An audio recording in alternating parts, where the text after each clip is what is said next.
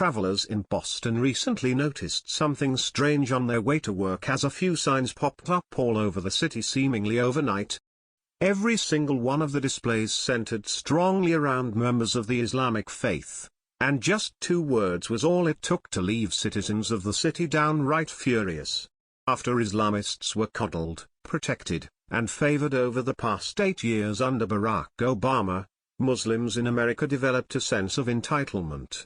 However, now that President Donald Trump is in office, that's all just about gone away, as he's made it perfectly clear where the religion stands in terms of American ideals and priority because of the threats it presents to our citizens. As it turns out, exactly that sentiment has come under even more scrutiny after the Muslim Somali cop, Mohammed Noor, wrongfully shot and killed yoga teacher Justine Damone, as Mad World News has previously reported. Of course, seeing how the Minneapolis Police Department in Minnesota was lauding the man and essentially parading him around like a political prop because of where he came from and what he believed in, well, let's just say it didn't turn out too well for those praising him. Unfortunately, the recent turn of events isn't changing the fact that liberals are willfully blinded by their bias and political correctness. Proving just that is what happened in Boston, Massachusetts, a few days after the Muslim cop in Minnesota killed a woman for no reason. According to Mass Live, signs recently popped up all over Boston, which left some people pretty ticked off. In fact, all it took was just 2 words that simply read Islamophobic harassment. In short, they're trying to educate people on what to do if you see someone being mean to Muslims, but they've been completely silent when it comes to Muslims killing white people.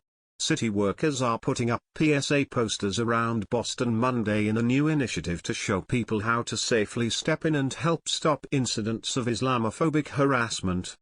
The cartoons depict a public transit scene where a disheartened-looking woman wearing a hijab sits while an irate person towers above her in a threatening manner. Another young woman looks on before deciding to intervene.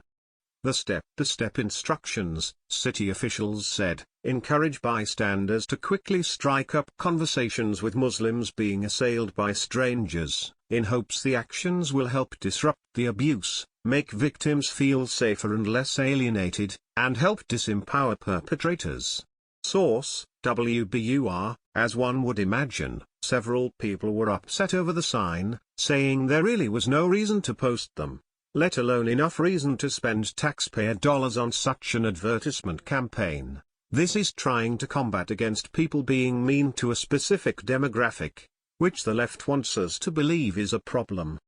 However, allegations of hate against Muslims are more often than not found to be fabrications or exaggerations.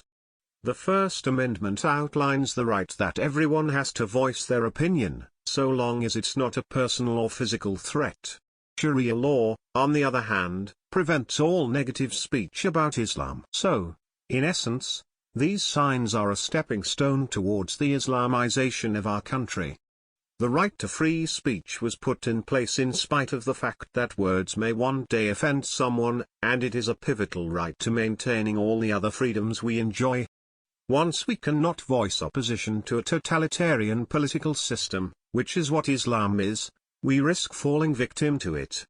When it comes down to it, people should live by the golden rule, treat other how you wish to be treated. However, for a government to say that you can't be mean to certain people based on their religion by voicing opposition to their beliefs while not speak out about such abuse for others, it starts to look like discrimination and favoritism of one belief system over all others. Sometimes people are not going to agree with you, but that's not being mean. What's mean is dictating what others can think, do, and believe, like Muslim-majority countries governed by Sharia law do. That cannot be allowed to happen in America.